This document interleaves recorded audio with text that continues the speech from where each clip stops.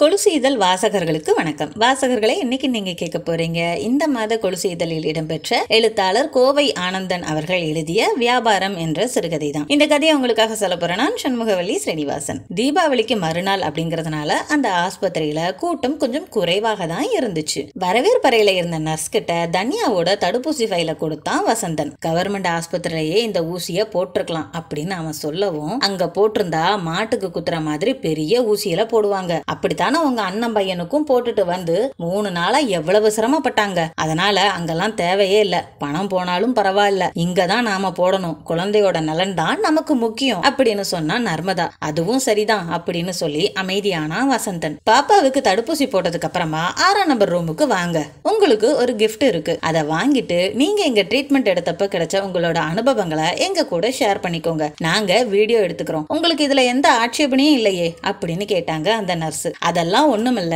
Vaccine போட்டுட்டு நாங்க வாரோம் அப்படின்னு சொன்னா நர்மதா. என்னமோ பணமே வாங்காம வைத்தியம் பார்த்த மாதிரி உங்க அனுபவத்தை சொல்லுங்கன்னு சொல்றாங்க, நீயும் வாரேன்னு சொல்லிக்கிட்டு இருக்க, ஒவ்வொரு முறையும் டெஸ்ட் ரிப்போர்ட் பார்த்துட்டு எவ்வளவு பேசிருப்பாங்க அப்படின்னு கோபத்துல வார்த்தைகளை அள்ளி வீசுனா வசந்தன். கொஞ்சம் மெதுவாதான் பேசுங்களேன் அப்படின்னு அவனோட கைய பிடிச்சு அவனை அமைதிப்படுத்தினான். ஏன் மெதுவா பேசணும், நடக்காதத ஒண்ணு நான் சொல்லலையே, என்னைக்காவது ஒரு நாள் நமக்கு நம்பிக்கை ஊட்டுற மாதிரி ஒரு வார்த்தை பேசிருப்பாங்களா? இங்க கால் எடுத்து வச்சதுல இருந்து ஒவ்வொரு நாளும் நாம அனுபவிச்ச வலிகளையும் வேதனைகளையும் சொன்னா அதெல்லாம் இவங்க வீடியோவா எடுப்பாங்களா என்ன? அதுக்கு இதுக்குன்னு எம்பிட்டு பணத்தை நம்ம கிட்ட இருந்து புடுங்கி இருக்காங்க.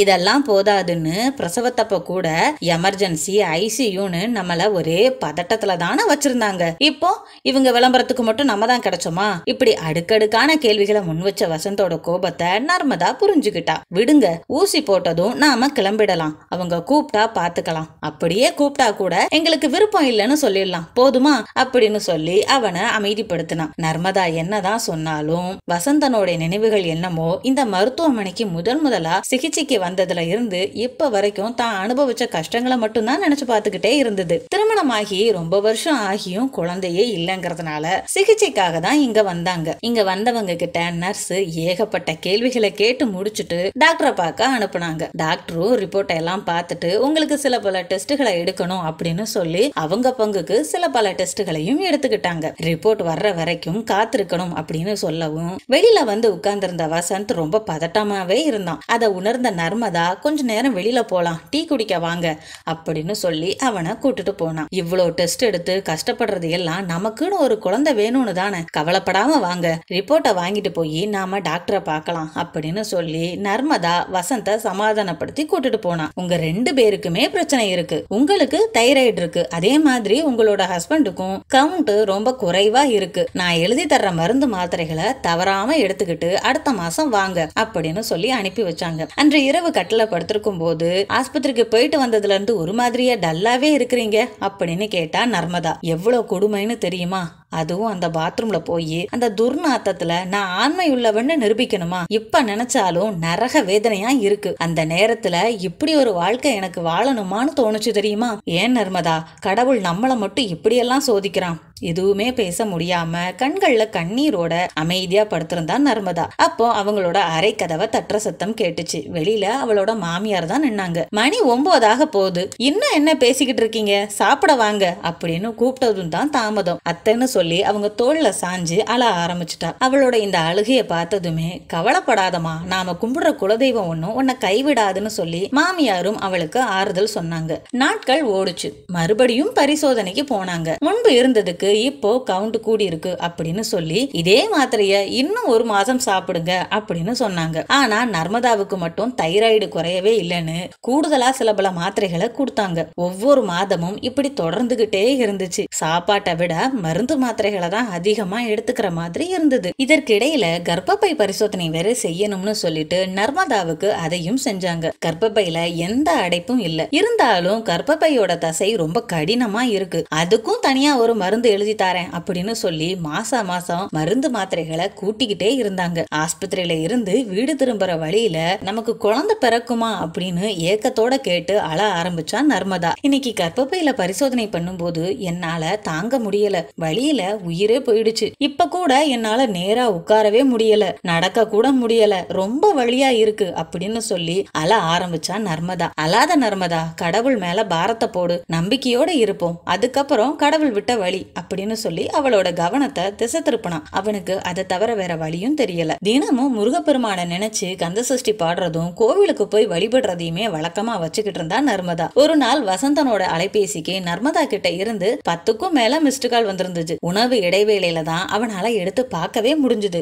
எடுத்து பார்த்ததும் உடனே அழைச்சான். ஆனா நர்மதா அட்டன் பண்ணவே இல்ல. மறுமுறை முயற்சிக்கவும் தான் அழைப்புல வந்தா. இந்த முறை நான் தழுதழுக்க நீங்க அப்பா ஆயிட்டீங்க அப்படின்னு சொன்னான். சொல்லும் போதே அவளுடைய கண்கள் ஆனந்த கண்ணீர்ல நனைஞ்சு போய் இருந்துச்சு. உனக்கு எப்ப தெரிஞ்சது அப்படின்னு அவன் கேட்டான். வழக்கமா நாள் தள்ளி போற மாதிரி தான் இப்பவும்னு அசால்ட்டா இருந்துட்டேங்க. காலையில கோயிலுக்கு போயிட்டு வரும்போது என்னமோ தெரியல, இன்னைக்கு ஒரு கார்டு வாங்கி டெஸ்ட் பண்ணலாம்னு தோணுச்சு. அதனால ஒரு கார்டு வாங்கி டெஸ்ட் பண்ணேன். செக்கப்ல 2 கோடுமே காட்டுச்சு. எனக்கு என்ன செய்யறதுனே தெரியாம தான் உங்களுக்கு கூப்பிட்டேன். நீங்க எடுக்கலன்னதும் அத்தை கிட்ட சொன்னேன். அத்தை உடனே ஆஸ்பத்திரிக்கு கூட்டிட்டு போயிட்டாங்க. இப்போ என் கூட எங்க அம்மாவும் இருக்கிறாங்க. நீங்க அவசரமா வர வேண்டாம், மெதுவா வேலையை முடிச்சுட்டு வாங்க போதும் அப்படின்னு சொன்னான். மாதம் ஒரு முறை செக்கப்க்கு போறதும் வர்றதுமா நாட்கள் ஓடிக்கிட்டே இருந்தது. கர்ப்பிணிக்கு அதிக வெயிட் போடக்கூடாது, டயட் ஃபாலோ பண்ணணும், தினமும் வாக்கிங் போகணும், இப்படி ஏகப்பட்ட அவஸ்தை. இந்த நிலையில நர்மதாவுக்கு ஒழுங்கா சாப்பிட பிடிக்கல. அடிக்கடி வாந்தி, தலை சுற்றல், கை கால் குடைச்சல், இப்படி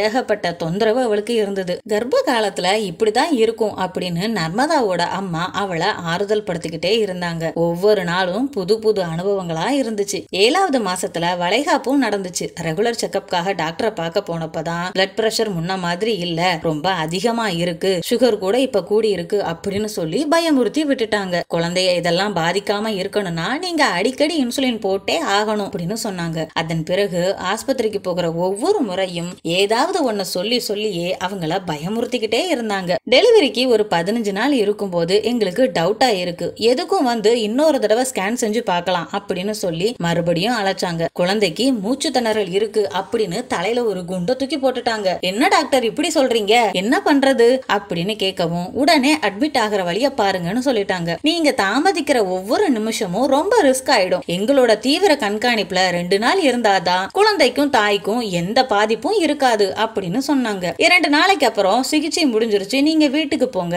நர்மதா இப்ப நார்மலா தான் இருக்கிறாங்க, நாங்க அதனால உங்களை வீட்டுக்கு அனுப்புறோம். இருந்தாலும் ஒவ்வொரு நிமிஷமும் நீங்க ரொம்ப கவனமா இருக்கணும். இடையில ஏதாவது தொந்தரவு வந்துச்சுன்னா உடனே வந்துடுங்க. மேக்சிமம் நார்மல் ஆகிறதுக்கு வாய்ப்பே இல்ல. அடுத்த வாரத்துல உங்களுக்கு பிடிச்ச மாதிரி ஏதாவது ஒரு நாளை பார்த்து சொல்லுங்க. அன்னைக்கே குழந்தைய ஆபரேஷன் பண்ணி வெளியில எடுத்துடலாம். சார், மேடம் உங்களை கூப்பிடுறாங்க அப்படின்னு சொல்லி பழைய நினைவுகள்ல மூழ்கி இருந்த வசந்தனை நிகழ்காலத்துக்கு அழைச்சிட்டு வந்தாங்க அங்க இருந்த நர்ஸ். வா நர்மதா, உள்ள போகலாம் அப்படின்னு சொல்லி கூட்டிட்டு போனான். உள்ள வரவுமே நல்லா இருக்கீங்களா, குழந்தை அவக்கு அப்பா மாதிரியே இருக்கு, வெரி நைஸ் அப்படின்னு பேசிக்கிட்டே டாக்டர் தடுப்பூசிய போட்டு விட்டாங்க. ஃபீவர் வந்துச்சுன்னா இந்த சிறப்பை 4 மணி நேரத்துக்கு ஒரு தடவை கொடுத்தா போதும், மத்தபடி ஒன்னும் ஆகாது அப்படின்னு சொல்லி அனுப்பி வச்சாங்க. வரவேற்பறையில ஃபைல வாங்கும்போது கிஃப்ட் தருவதா சொன்ன நர்ஸ் அருகில் இருந்த அறைக்கு வருமாறு 2 பேரையும் கூப்பிட்டாங்க. வசந்தனுக்கு கோபம் அதிகமா வந்துச்சு. அதை புரிஞ்சுக்கிட்ட நர்மதா, பேட்டி எல்லாம் ஒண்ணும் வேண்டாங்க, வாங்க போகலாம் அப்படின்னு சொன்னாங்க. என்ன மேடம், கொஞ்ச நேரத்துக்கு முன்னாடி தான் பேட்டி கொடுக்கறதா சொன்னீங்க,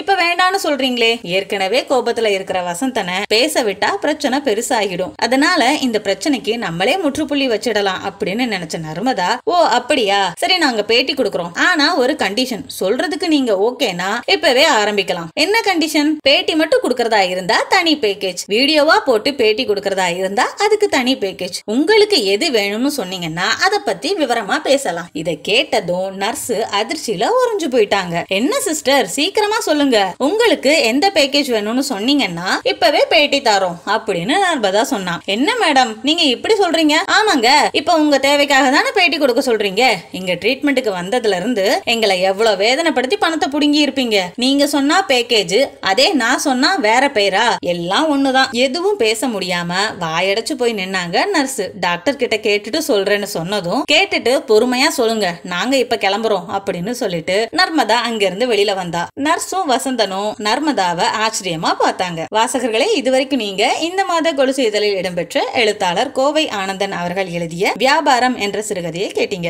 மற்றும் ஒரு கதையில் உங்களை சந்திக்கும் வரை உங்களிடமிருந்து விடைபெறுவது சண்முகவள்ளி ஸ்ரீனிவாசன்.